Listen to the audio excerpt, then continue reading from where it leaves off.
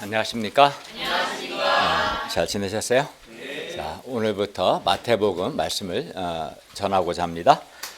특송 가사 좋지 않아요? 아주 가사가 좋죠. 이따가 나중에 동영상 올려드리면 또 들어보세요. 가사 중에 뭐가 와닿았어요? 그 앞에 하나님이 너를 주목하고 있다. 예배에 집중하라. 말씀을 붙잡아라. 하나님이 배겨워 너를 주목하고 있다. 예배에 집중하라. 말씀 붙잡아라. 또 하나님이 이 안들에 너를 주목하고 있다. 그죠? 그게 자기를 다 적용해 보면 좋죠. 다 그죠? 말씀 참 가사가 좋은 것 같아요. 자, 오늘 말씀 제목은 천국이 가까이 왔느니라입니다. 요절 3장 2절을 같이 읽겠습니다. 시작. 회개하라, 천국이 가까이 왔느니라 하였으니. 네, 기도하겠습니다.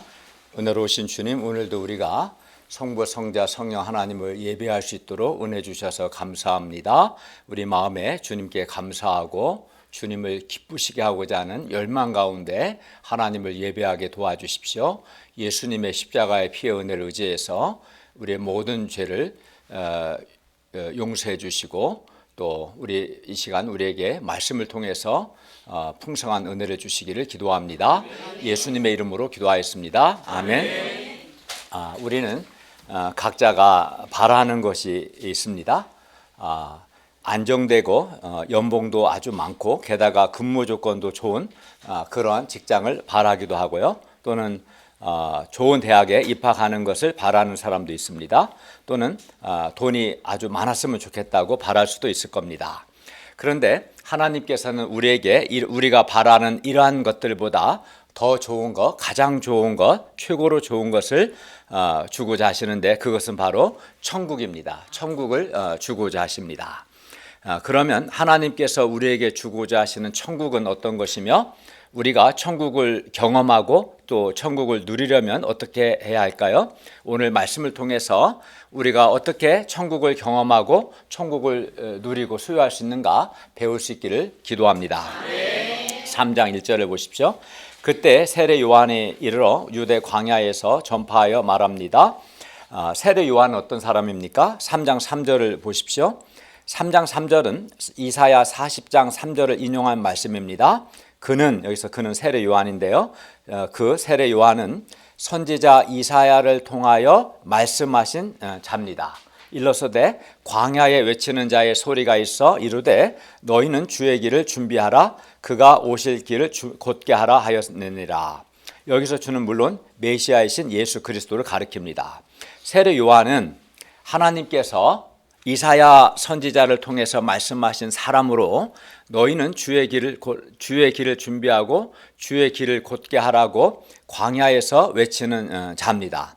말라기 4장 5절과 말라기 3장 1절도 여호와의 크고 두려운 날이 이르기 전에 하나님께서 선지자 엘리야를 보내 주의 길을 준비하게 하신다고 하셨는데 세례 요한이 바로 주의 길을 준비하는 바로 그 선지자 엘리야입니다.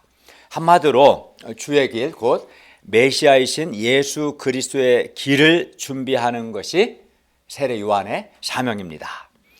주의 길, 곧 메시아이신 예수님의 길을 준비하는 것이 세례 요한의 사명이고 이는 이사야 선지자나 말라기 선지자를 통해서 하나님이 말씀하신 것인데 세례 요한을 통해 이제 이 말씀이 성취된 거죠. 그러면 세례 요한이 유대 광야에서 전파한 메시지가 뭡니까? 3장 2절을 다 같이 읽겠습니다. 시작. 회개하라, 천국이 가까이 왔느니라 하였으니. 3장 2절을 헬라어 본문을 직역하면 다음과 같습니다. 회개하라. 여기 가르라는 접수소가 있는데 회개하라. 왜냐하면 천국이 가까이 왔기 때문이다. 천국이 가까이 왔기 때문에 회개하라. 이런 말씀입니다. 이것이 세례 요한이 전한 메시지 핵심입니다. 천국이 가까이 왔으니 회개하라. 회개하라. 왜냐하면 천국이 가까이 왔기 때문이다. 그리고 이게 세례 요한이 전한 메시지 핵심이고 또 이것이 이렇게 하는 것이 메시아이신 예수 그리스도의 길을 준비하는 것이었습니다. 세례 요한은 천국이 가까이 왔으니 회개하라고 전파했습니다. 그러면 세례 요한이 말한 천국은 무엇이고 또 천국이 가까이 왔다는 것은 또 무엇입니까? 여기서 천국, 이게 천은 뭐야? 하늘천이죠, 그죠? 국은 나라국, 천국은 하늘나라. 이렇게 이걸 풀어서 말하면 하늘나라인데 천국은 하나님 나라와 동의어입니다. 천국, 하늘나라, 하나님 나라 다 같은 의미입니다. 그리고 여기서 나라는 미국, 중국과 같은 어떤 영토를 가리키는 공간적 개념이 아니라 여기서 나라는 통치, 다스림 등을 뜻하는 추상적이고 역동적인 개념입니다. 여기서 나라는 영토가 아니라 다스림, 통치를 가리킵니다.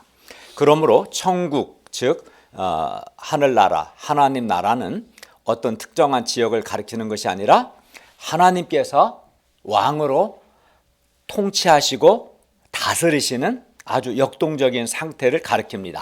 여기서 천국, 하늘나라, 하나님 나라는 왕이신 하나님이 다스리시는 상태, 하나님이 통치하시는 그 역동적인 상태를 가리킵니다. 다음으로 천국이 가까이 왔다는 것은 천국이 가까이 오고 있다는, 지금 오고 있는 중이다 이라는 뜻이 아니라 천국이 이미 가까이 왔다, 이미 도래했다, 이미 왔다는 뜻입니다. 그래서 헬라어 본문에서 가까이 왔다는 동사는 현재 완료 시제로 되어 있어요. 이미 가까이, 이미 왔다, 와서 현재 존재한다 이런 뜻이죠. 천국이 가까이 왔다는 것은 천국이 이미 도래했다는 것을 의미합니다. 그래서 천국, 하늘나라, 하나님 나라는 이미 현재 존재하고 있습니다.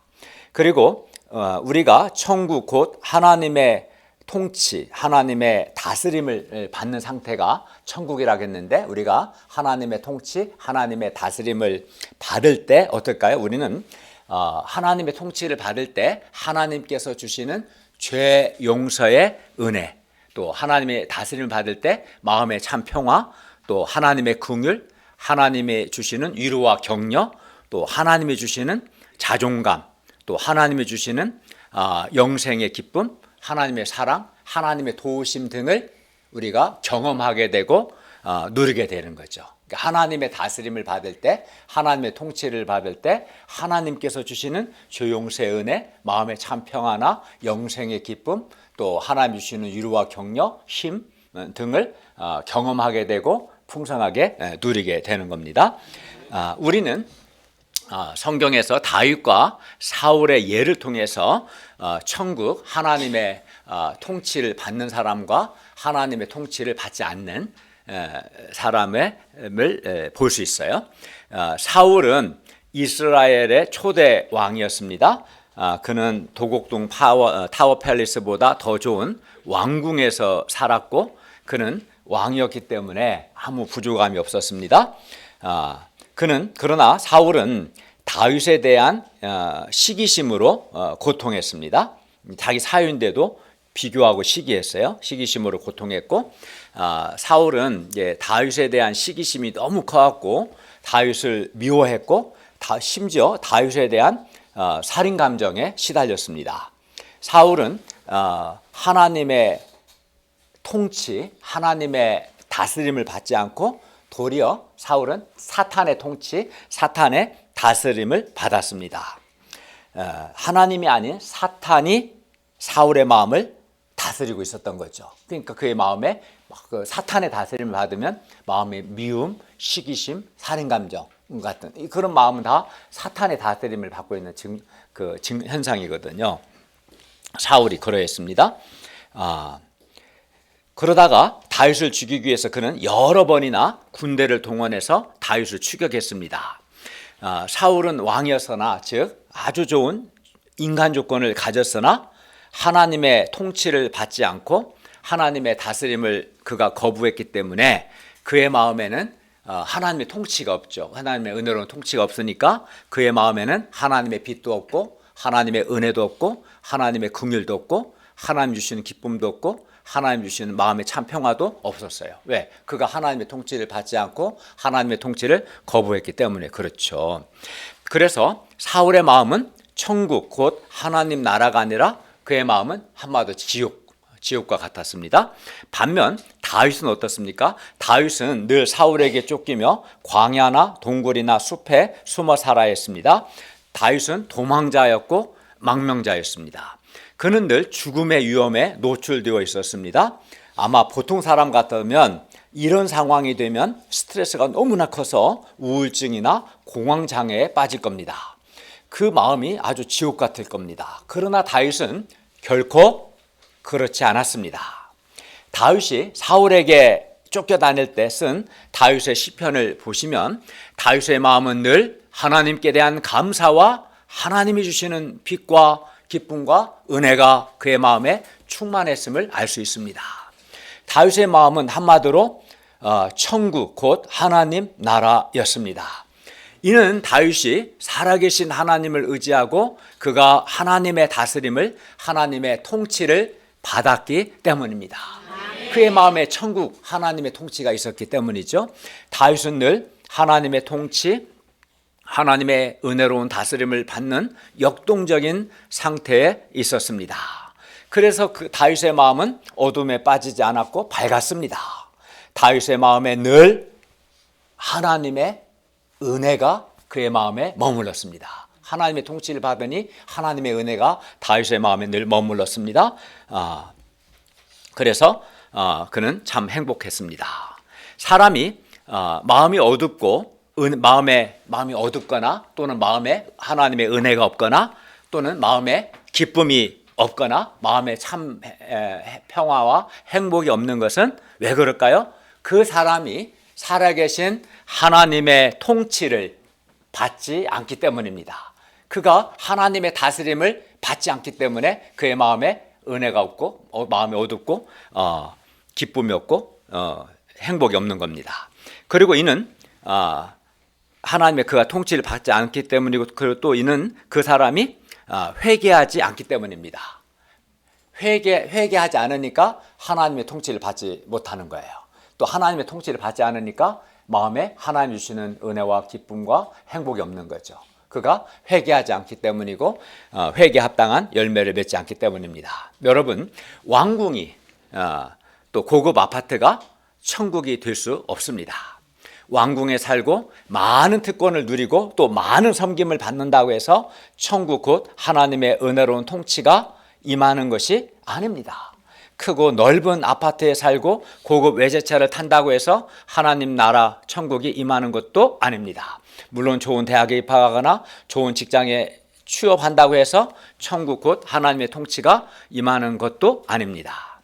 그러면 우리가 천국 곧 하나님의 은혜로운 통치를 받아 하나님이 주시는 죄사함의 은혜, 영생의 기쁨, 마음의 참 평강, 긍휼, 또 하나님이 주시는 자존감, 하나님의 사랑, 하나님이 주시는 위로와 격려 등을 우리가 경험하고 우리가 풍성히 누리려면 우리가 어떻게 해야 할까요? 어떻게 해야 합니까? 회개해야 합니다. 왜냐하면 회개하라 천국이 가까이 왔기 때문이다 라고 말씀하지 않습니까? 회개해야 합니다. 즉 회개에 합당한 열매를 맺어야 합니다. 우리가 회개에 합당한 열매를 맺기까지 진실하게 회개할 때 우리에게 천국 곧 하나님의 은혜로운 통치가 임합니다. 네, 회개할 때 회개에 합당한 열매를 맺을 때 우리 안에 하나님의 은혜로운 통치 곧 천국이 임합니다. 천국은 말씀드린 것처럼 하나님의 통치를 받는 영적인 상태입니다. 그리고 하나님의 통치를 받는 사람은 하나님께서 주시는 기쁨, 하나님이 주시는 평화, 하나님의 은혜, 하나님이 주시는 위로와 격려, 또 자존감, 긍휼, 하나님의 도우심 등을 하나님의 통치받는 사람은 경험하고 풍성하게 누리기 때문에 그 사람은 마음이 밝을까요? 어둘까요? 당연히 마음이 밝죠. 행복하죠. 하나님의 통치를 받기 때문에 사람이 하나님의 통치를 받으면 받을수록 마음이 밝아지고 참 좋습니다. 통치를 받는 것이 필요하죠. 그 하나님의 통치를 받으면 그 사람의 마음에 하나님의 은혜가 머뭅니다. 그래서 참 행복합니다. 또 아까 말씀드린 것처럼 사람이 마음의 은혜와 기쁨과 평화 없는 것은 하나님의 통치를 그가 받지 않기 때문에 그렇습니다. 그러나 사람들은 회개하라는 말을 듣기 싫어하고 부담스러워합니다. 세대 요한은 회개하라, 천국이 가까이 왔기 때문이다 라고 했는데, 사람들은 회개하라고 하면 어때요? 부담스러워하죠. 듣기 싫어하고, 또 회개하라는 말을 자신을 비난하거나 또는 정죄하는 말로 사람들이 오해하는 경우가 있어요. 회개하라는 말을 듣기 싫어하고 부담스러워하고, 마치 그 회개하라는 말이 자신을 비난하고 정죄하는 말로 오해하는 사람도 있습니다. 그러나 세례 요한이 백성들에게 회개하라 명령형으로 되어 있는데, 회개하라고 명령한 것은 백성들을 비난하거나 정죄하기 위해서가 아니라 오히려 백성들이 천국 곧 하나님의 은혜로운 통치를 누리도록 하기 위해서였습니다. 예수 그리스도의 오심을 통해 천국이 이미 도래했기 때문에 천국 곧 하나님의 은혜로운 통치를 누리고 천국을 소유하기 위해서 회개하라는 것이었어요. 판단하거나 정죄하거나 비난하기 위해서가 아니라, 왜냐하면 하나님의 나라, 천국, 하나님의 통치를 누리려면 반드시 회개가 해야 하거든요. 회개하고 회개합당 열매를 맺어야 하거든요. 그래서 회개를 통해서 하나님의 통치를 누리도록 그런 마음으로 회개하라고 한 것입니다. 하나님께서 주시는 죄의 용서, 위로와 격려, 자존감, 평화나 영생의 기쁨, 사랑, 하나님의 자비와 긍휼, 하나님의 도우심 등을 우리가 경험하고 풍성히 누리기 위해서 회개하라는 것이었습니다. 그러므로 회개하라는 말씀은 매우 은혜로운 초청의 말씀인 겁니다.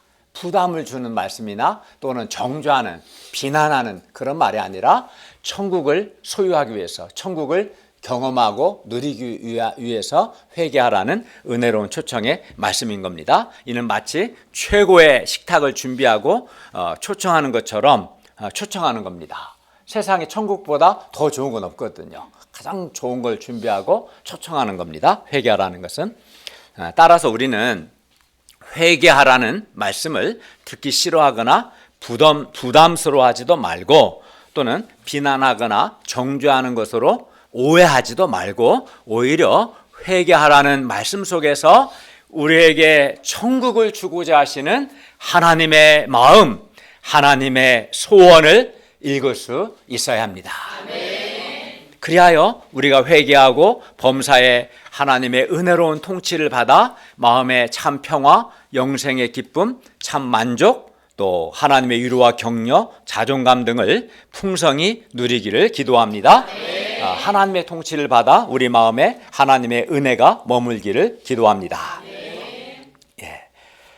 사람들은 하나님의 통치를 받지 않고 내 마음대로 살면 자유롭고 행복할 것이라고 잘못 생각합니다. 착각합니다. 또는 많은 것을 소유하면 행복할 것이라고 생각합니다. 좋은 대학에 입학하고 좋은 직장에 취직하고 돈을 많이 벌면 천국을 소유할 것이라고 생각합니다. 그럴까요? 그렇지 않죠. 전혀 그렇지 않습니다. 그래서 사람들은 이렇게 좋은 직장, 많은 돈 벌면 행복할 거라고 생각해서, 천국을 얻을 거라고 생각해서 서로 더 많은 것을 소유하려고 경쟁도 하고 몸부림도 치고 그렇습니다. 그러나 하나님의 다스림을 거부하고 하나님이 없으면 사울처럼 천국을 경험하지도 천국을 누리지도 못합니다. 그래서 하나님의 다스림을 받지 않는 사람, 하나님의 통치를 받지 않는 사람들의 모습을 보면 쾌락은 있으나 그 사람의 마음에 참 기쁨이 없습니다. 많은 것을 소유했으나 참 만족과 자존감이 없습니다. 하나님의 통치를 받지 않으니 참 평화와 죄를 용서받는 자만이 누리는 영혼의 참 자유함과 기쁨과 행복도 없습니다. 사람이 불행한 것은 인간 조건이나 외모 때문이 아닙니다. 하나님의 통치를 받지 않기 때문입니다. 회개하지 않기 때문입니다. 회개에 합당한 열매를 맺지 않기 때문에 사람이 하나님의 통치를 받지 못하는 것이고 불행한 겁니다. 그러므로 우리는 회개하고 회개에 합당한 열매를 맺음으로 하나님의 통치를 받아 마음의 천국을 소유해야 합니다. 회개가 없으면 천국 곧 하나님의 통치도 없습니다. 회개에 합당한 열매가 없는데 하나님의 은혜로운 통치가 있을 수가 없습니다. 회개 없는 천국은 없습니다. 회개 없는 천국을 말하면 100% 그는 거짓말장이고 사기꾼입니다. 회개 없는 천국 없습니다. 그런데 그럼 회개가 뭡니까? 회개는 문자적으로 마음을 바꾸다 라는 뜻인데 구약 성경 슈브라는 개념에서 나왔는데요. 구약 성경에서 이 슈브라는 단어는 한마디로 이 회개는 마음을 바꾸는 것이고 죄에서 떠나 하나님께로 돌이키는 것, 죄를 떠나 하나님께로 돌이키는 것, 이게 회개입니다.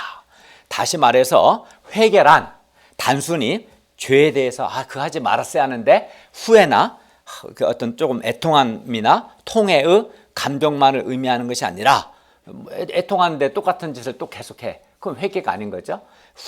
회개라는 것은 단순히 죄에 대한 후회, 애통, 통해의 감정만을 의미하는 것이 아니라 죄를 떠나서 자신의 삶을 하나님께로 돌이키는 것을 의미합니다. 그러므로 죄를 떠나 하나님께로 돌이키지 않으면 그것은 회개가 아닙니다. 회개는 죄를 떠나 하나님께로 돌이키는 겁니다. 그리고 하나님께로 돌이킨다는 것은 구체적으로 하나님께서 보내신 예수 그리스도를 믿고 하나님과 그의 말씀에 순종하는 것, 이것이 하나님께로 돌이키는 것으로 나타납니다. 그리고 이렇게 회개하고 회개에 합당한 열매를 맺을 때 그 사람 안에 하나님의 통치, 하나님의 다스림이 임합니다. 그리하여 그 마음에 참 기쁨과 참 만족과 참 평화가 있고 행복합니다. 사람이 하나님의 다스림을 받을 때 자존감이 생기고 하나님의 통치를 받으면 받을수록 마음이 더욱 밝아집니다. 그래서 좋습니다.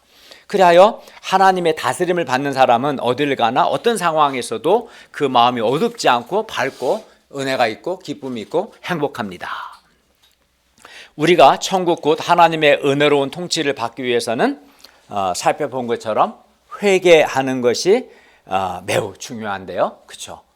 회개를 해야 하나님의 통치를 받을 수 있으니까요. 그런데 진실한 회개, 진짜 회개는 반드시 3장 8절을 보시면 3장 8절에서 말씀하시는 회개에 합당한 열매, 3장 10절에서 말씀하는 좋은 열매를 맺습니다.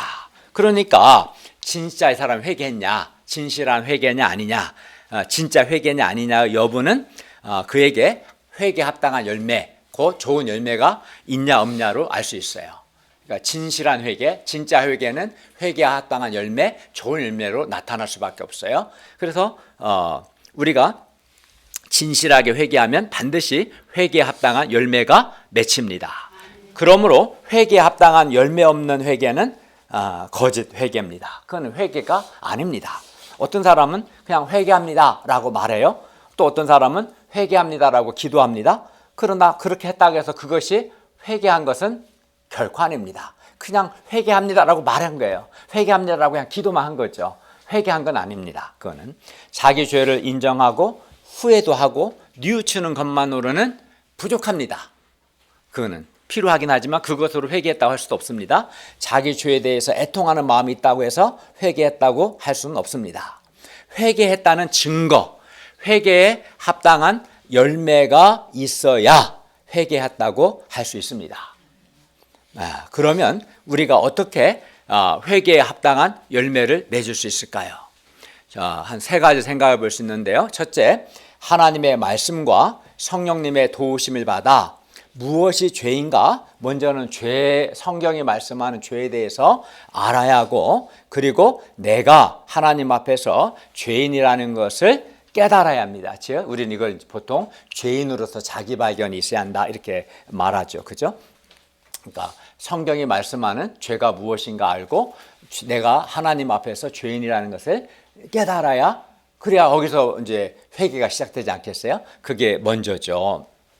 예를 들어서 사람들은 뭐 감사하지 않는 것을 그렇게 불신자들은 심각하게 생각하지 않아요. 뭐 감사하지 않을 수 있지 뭐 이렇게 생각하지만 성경에서는 감사하지 않는 것이 죄라고 말아요. 그래서 감사하지 않는 것이 죄고 내가 하나님께 감사하지 않는 죄인이라는 것을 먼저 깨달아야 합니다. 또 하나님을 믿지 않는 것이 뭐가 문제냐? 불신자들은 그렇게 생각하는데 성경은 하나님을 믿지 않는 것 불신이라고 하는데 하나님을 믿지 않는 불신이 죄라고 말씀합니다. 그래서 성경과 성령님의 도움을 받아 하나님을 믿지 않는 불신이 죄라는 것을 먼저는 알아야 하고 또 내가 하나님을 믿지 않는 불신의 주인이라는 것을 깨달아야 합니다. 뿐만 아니죠. 예를 들어도 하나님을 의지하지 않고 내 마음대로 살고자 하는 것이 성경은 그를 교만이라고 하는데요. 이 교만이 죄라는 것과 내가 교만의 죄인이라는 것을 깨달아야 돼요. 아니 죄가 뭔지 또 내가 죄인이라는 것을 깨달아야 그 다음에 회개를 할 거 아니에요. 그죠? 죄가 뭔지도 모르고 내가 죄인이라는 것을 깨닫지도 않는데 회개가 될 수는 없잖아요. 그죠? 그 병원에서도 그 사람 질병 고치기 위해서 원인이 뭔가 검사부터 하잖아요. 뭐가 문제인지 그걸 알아야 하거든요. 우리는 어떻게? MRI 찍어서 현재 목적 죄가 보입니까? 아니죠. 우리는 하나님의 말씀과 성령님의 도우심을 통해서 내가 하나님 앞에 어떤 죄인인가를 깨달아야 하는 것이죠. 그죠? 예. 그래서 이외에도 불평, 원망이 죄고 내가 불평하고 원망하는 죄인이라는 것을 깨달아야 합니다. 물론 하나님의 교회나 목자님들에 대해서 인간적인 생각을 하거나 특히 거스르는 것도 큰 죄입니다. 하나님의 말씀을 가르치는 목자를 거스르는 사람은 표면적으로는 사람을 거스르는 것이지만 근본적으로는 하나님을 거스르는 것이기 때문에 그런 사람은 당연히 하나님의 통치를 받을 수 있겠습니까? 없겠습니까? 하나님의 통치를 받을 수 없습니다. 그래서 그 사람의 마음에 하나님이 주시는 은혜와 기쁨, 행복이 없습니다. 그리고 거스르는 사람은 본인이 의도하지는 않았을지라도 하나님의 교회에서 성령의 그릇을 깨고 사탄의 도구가 될 수 있습니다. 그러므로 우리는 인간적인 생각이나 거스르는 죄에 대해서도 심각하게 생각하고 회개해야 합니다.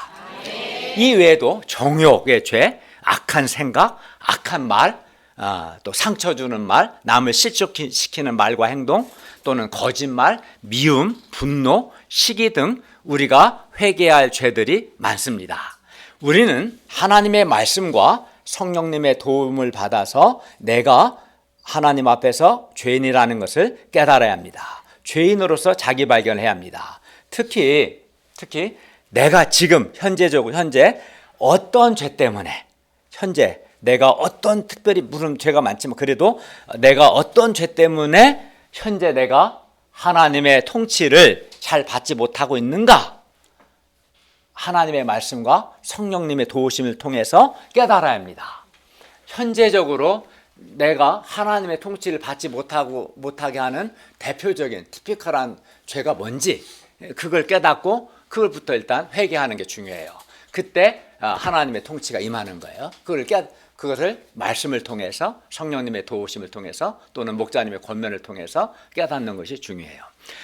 이렇게 첫째는 죄가 뭐고 내가 죄인으로서 자기를 발견하는 것 깨닫는 게 필요하고 둘째는 회개 합당 열매를 맺기 위해서 우리는 하나님께 구체적으로 자기 죄를 하나님께 자백 고백하고 하나님께 죄 용서를 구해야 돼요.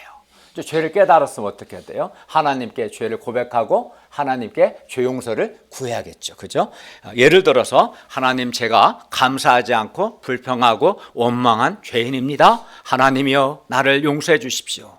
또 이렇게 자기 죄를 고백하고 죄 용서를 구해야 합니다. 하나님 제가 불신과 불순종의 죄를 지었습니다. 하나님 제가 악한 생각을 하고 악한 말을 하고 거스르는 죄를 지었습니다. 하나님 저를 용서해 주십시오. 우리는 이렇게 적극적으로 하나님께 자기의 죄를 고백하고 하나님의 죄 용서를 구해야 합니다. 셋째, 마지막으로 회개 합당한 열매를 맺기 위해서 우리는 하나님의 말씀을 순종해야 하는데요.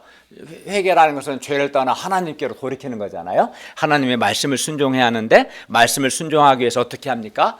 구체적으로 하나님의 말씀을 붙들고 반복해서 기도하고 말씀을 순종하기 위한 노력을 해야 돼요. 말씀을 순종하기 위해서 말씀을 먼저는 붙들고 말씀 붙들고 반복해서 기도하고 순종하기 위해서 노력해 투쟁을 해야 하는 겁니다. 예를 들어서 이제 가령 데살로니가전서 5장 16절은 뭐라고 합니까? 항상 기뻐하라. 데살로니가전서 5장 18절 상반절은 범사에 감사하라.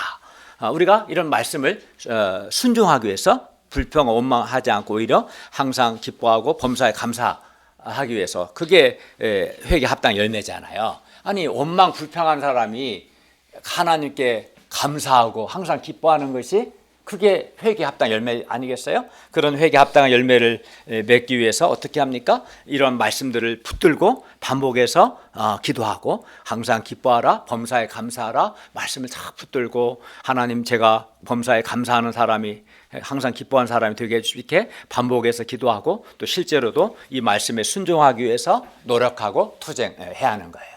그때 회개 합당한 열매가 맺어지는 거예요. 한 번만에 되진 않고 그걸 꾸준히 감당해야 하는 거죠.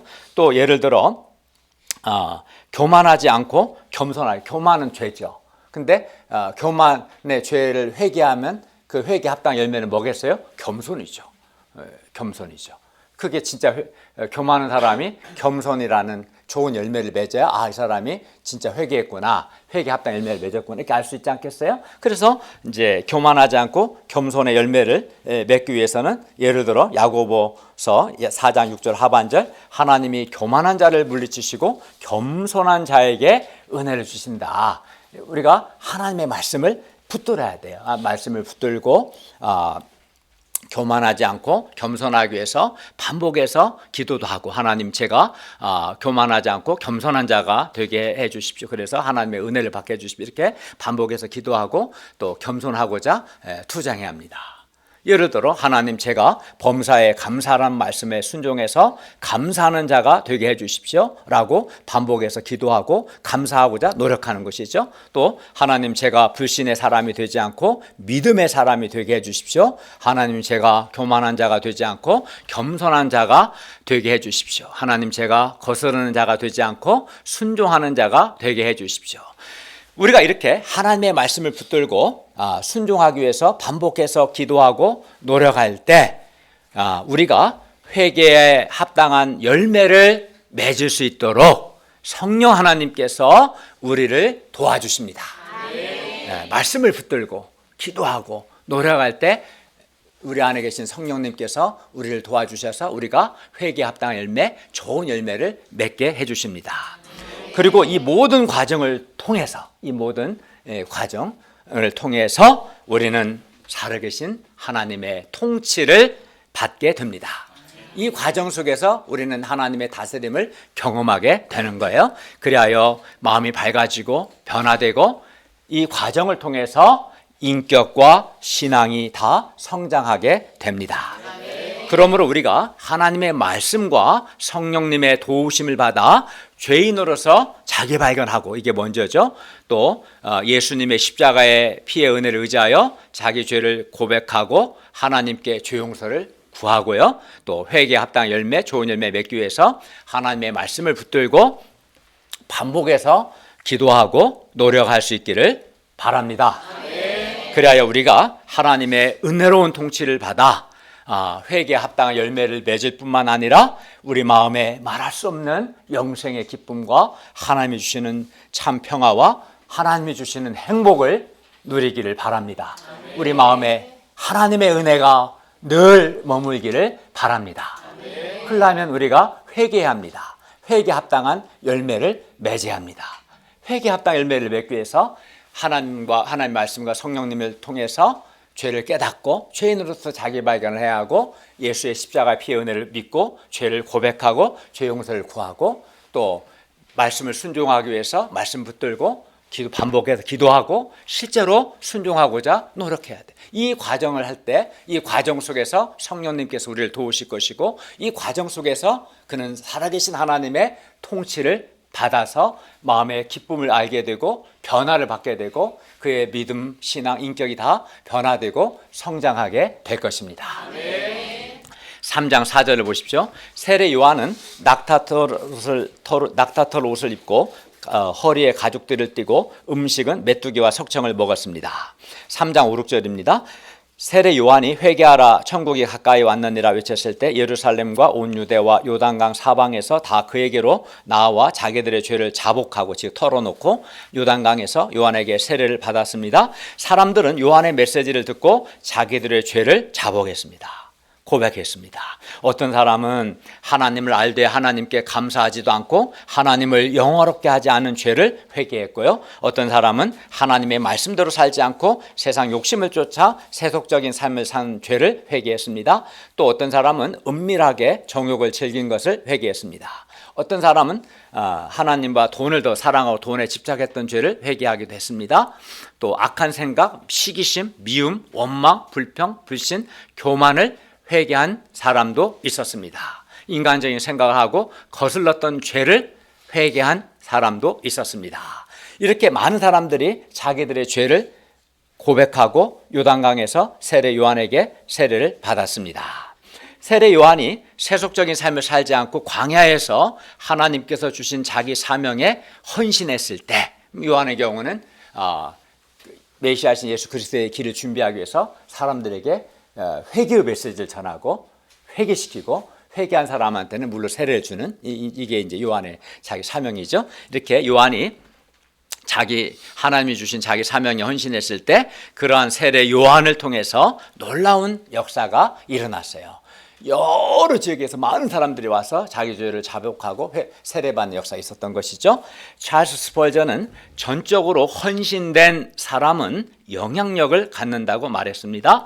오늘날도 세례 요한과 같이 하나님께서 주신 자기 사명에 전적으로 헌신된 사람이 영향력을 갖게 되고 그 사람을 통해서 생명의 역사가 일어납니다.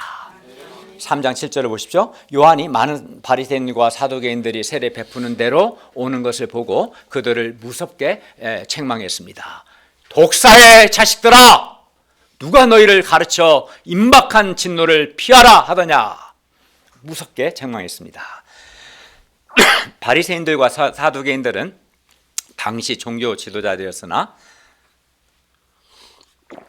위선적이고 세속적인 생활을 하고 있었습니다. 그러면서도 그들은 회개하지 않았습니다.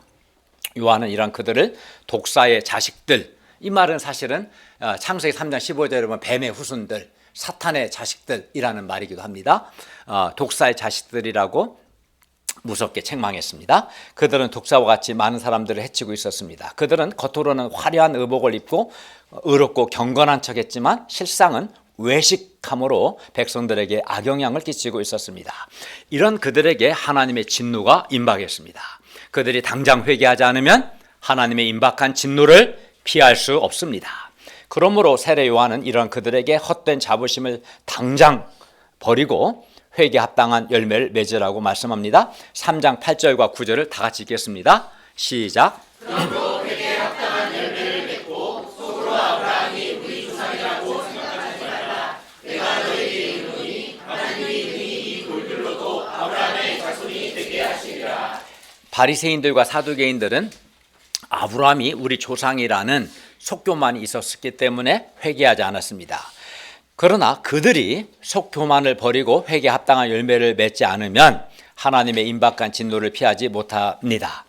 회개하면 천국 곧 하나님의 은혜로운 통치를 경험하며 천국을 누리게 되지만 회개하지 않으면 하나님의 진노가 있습니다. 그러므로 우리 역시 하나님의 임박한 진노를 피하기 위해서는 나는 신앙생활 10년 넘게 했다. 나는 모태신앙이다. 나는 대형교회 다닌다. 나는 유배부 목자다. 나는 그래도 주일 예배만큼은 빠지지 않고 잘 드린다. 나는 11조도 하고 소감도 쓰고 여러 모임에도 잘 참석한다. 라는 등등의 속교만을 버리고 하나님이 우리에게 원하시는 회개에 합당한 열매, 좋은 열매를 맺어야 합니다. 하나님이 우리에게 원하시는 것은 회개에 합당한 열매, 좋은 열매입니다. 하나님께서 그 열매를 원하십니다. 회개에 합당한 열매를 맺지 않으면 하나님의 진노를 피할 수 없습니다. 세례 요한은 하나님의 임박한 진노를 보았고 그래서 마음이 두려웠습니다. 3장 10절 읽겠습니다. 시작. 이미 도끼가 나무 뿌리에 놓였으니 좋은 열매를 맺지 아니하는 나무마다 찢어 불에 던져지리라. 요한이 보니 도끼가 이미 나무 뿌리에 놓였고 좋은 열매 맺지 아니하는 나무마다 찍혀서 불에 던져질 것입니다. 이미 도끼가 나무 뿌리에 놓였으니 얼마나 급박합니까? 또한 얼마나 무섭습니까? 세례 요한은 하나님의 진노를 생각하면 마음이 떨렸습니다. 지금 이스라엘 전쟁은 아무것도 아닙니다. 그것도 무서운 일이죠. 많은 사람이 죽고 다치니까. 그러나 하나님의 진노는 정말 무섭습니다. 그래서 요한은 하나님의 진노를 생각할 때 마음이 두렵고 떨렸습니다. 그러므로 우리가 하나님의 진노가 임박한 것을 알고 하나님의 진노가 임하기 전에 빨리 회개할 수 있기를, 회개 합당 열매를 맺을 수 있기를 바랍니다. 아멘. 세례 요한은 이렇게 백성들에게 회개의 메시지를 전할 뿐만 아니라 적극적으로 이제 예수님을 소개합니다. 3장 11절을 다 같이 읽겠습니다. 시작. 나는 너희로 회개하게 하기 위하여 물로 세례를 베풀거니와 내 뒤에 오시는 이는 나보다 능력이 많으시니 나는 그의 신을 들기도 감당하지 못하겠노라. 그는 성령과 불로 너희에게 세례를 베푸실 것이요. 요한은 백성들로 회개하게 하기 위해서 물로 세례를 주지만 예수님께서는 능력이 많으셔서 성령과 불로 세례를 주십니다. 예수님께서 우리 죄를 위해 십자가에서 죽으시고 사흘 만에 부활하시고 승천하셔서 성부 하나님 보좌 우편에 앉아 성부 하나님께 요청하여 성령을 파송하시는데 사도행 2장에 보면 파송하시는데 예수님께서 파송하신 성령 하나님께서 하나님의 말씀을 통해서 허물과 죄로 죽은 사람을 다시 살리시는 것, 또 물로 더러움을 씻어내는 것처럼 성령님께서 우리 마음에서 더러움을 씻어내셔서 우리 마음을 정결하게 하시는 것이 예수님께서 성령과 불로 세례를 베푸시는다는 뜻입니다. 그리고 이렇게 성령으로 세례를 받으면 즉 중생을 하면 마음이 근본적인 변화를 받아 완악하고 강팍했던 우리 마음이 부드러워지고 하나님께 대해서 부드러워지고 새로워집니다. 그래서 하나님께 순종하고자 하는 마음이 됩니다. 회개한 사람에게 베푼 물세례는 사람을 근본적으로 변화시키지 못하지만 예수님께서 베푸신 이 성령 세례는 사람을 근본적으로 변화시킵니다. 근데 예수님을 믿는 사람은 예수님께서 베푸신 성령 세례를 받은 사람이라고 할 수 있습니다. 3장 12절을 보십시오. 한번 다 같이 또 읽겠습니다. 시작. 손에 키를 들고 자기의 타작마당을 정하게 하사 알곡은 모아 곳간에 그리고 주저기는 꺼지지 않는 불에 태우시리라. 이는 예수님의 심판을 가리킵니다. 예수님은 손에 키를 들고 키 오늘 제가 단톡방 올렸는데 이렇게 체하는 거죠. 키를 들고 자기 타작마당을 정하게 깨끗하게 하셔서 곡식할 때 이제 키질한다고 하면은 이제 껍데기는 이제 밖으로 나가잖아요. 그 키질해서 깨끗하게 하셔서 알곡은 모아서 천국 곳간에 들이시고 쭉정이는 꺼지지 않는 불에 태우십니다. 키즈를 하는 것은 이제 알곡과 쭉정이를 분리시키기 위해서 하는 거겠죠. 그죠? 그러면 여기서 누가 알곡이고 누가 쭉정입니까? 회개에 합당한 열매, 좋은 열매를 맺은 사람이 알곡이고 회개에 합당한 열매가 없는 사람은 쭉정입니다. 당시 이스라엘 공동체 안에 알곡뿐만 아니라 쭉정이도 있었던 것처럼 오늘날 교회 공동체에도 알곡만 있는 것이 아니라 쭉정이들도 있습니다. 회개에 합당한 열매가 없는 사람들은 쭉정입니다. 반면 죄인으로서 자기 발견을 하고 하나님께 자기 죄를 자백하고 죄 용서를 구하고 회개에 합당한 열매를 맺기 위해서 말씀을 붙들고 반복해서 기도하고 말씀 순종하기 위해 노력하는 사람들은 알곡들입니다. 그러면 여러분은 알곡들입니까? 아니면 쭉정입니까? 자기를 돌아보시기 바랍니다. 우리가 회개에 합당한 열매를 맺음으로 우리가 알곡이 되기를 바랍니다. 그리하여 하나님의 진노를 피하기를 바랍니다. 3장 13, 14절을 보십시오. 이때 예수님께서 갈릴리로부터 요단강에 이르러 요한에게 세례를 받으러 하시니 받으려 하시니 요한이 말려 말합니다. 내가 당신에게 세례를 받아야 할 터인데 당신 내게로 오시나이까. 그렇죠. 요한도 훌륭하지만 죄인이기 때문에, 예수님은 죄가 없기 때문에 요한이 예수님에게 세례를 받아야 맞죠. 요한은 자신이 예수님께 세례를 받아야 할 사람임을 잘 알았습니다. 이에 예수님은 요한에게 자신이 세례받는 것은 백성들이 세례받는 것과는 다른 차원의 일임을 말씀합니다. 3장 15절을 보십시오. 이제 허락하라. 우리가 이와 같이 하여 모든 의를 이루는 것이 합당하니라. 모든 의를 이루기 위해서 예수님 세례를 받으시는 겁니다. 예수님은 세례를 받으실 필요가 없지만 모든 의를 이루기 위해서 세례를 받으셨습니다. 여기서 모든 의를 이룬다는 것은 하나님의 구원 계획을 완성한다는 뜻입니다. 즉 하나님 예수 그리스도께서 자기 백성을 위해서 십자가에 죽으시고 부활하심으로 백성을 의롭게 하시는 그 의를 이루시는 겁니다. 예수님께서 세례를 받으신 것은 예수님은 죄가 없지만 십자가에서 우리의 죄를 담당하시고 우리를 의롭게 하시기 위해서 예수님께서 죄인의 자리에 서신 것입니다. 결론입니다. 하나님은 우리에게 천국을 주시기 위해서 회개하라고 말씀한 겁니다. 우리를 막 비난하거나 정죄하거나 하기 위해서가 아니라 우리에게 천국을 주시기 위해서 회개하라고 말씀합니다. 그리고 회개에 합당한 열매가 있는 사람들은 알곡들로서 예수님께서 천국 곳간에 들이십니다. 반면 회개에 합당한 열매가 없는 사람들은 하나님의 임박한 진노를 피할 수 없습니다. 그리하여 예수 그리스도께서 회개에 합당한 열매 없는 쭉정이들을 꺼지지 않는 불에 태우십니다. 그러므로 우리가 하나님의 말씀과 성령님의 도우심을 받아 내가 하나님 앞에서 죄인이라는 것을 깨닫고, 첫째는 구체적으로 하나님께 자기 죄를 고백하고 죄 용서를 구하고, 예수의 십자가의 피의 은혜를 의지해서 하나님의 죄 용서를 구하고, 셋째는 하나님의 말씀을 붙들고 반복해서 하나님께 기도하고 또 말씀 순종하기 위해서 노력하는 가운데 회개에 합당한 열매를 맺을 수 있기를 기도합니다. 그리하여 하나님의 통치를 받아 하나님께서 주시는 죄 사함의 은혜, 하나님께서 주시는 마음의 참 평화, 영생의 기쁨, 또 하나님이 주시는 위로와 격려, 자존감, 긍휼, 사랑 등을 우리가 풍성히 누릴 수 있기를 기도합니다. 그래서 우리가 천국을 소유할 수 있기를 바랍니다. 기도하겠습니다.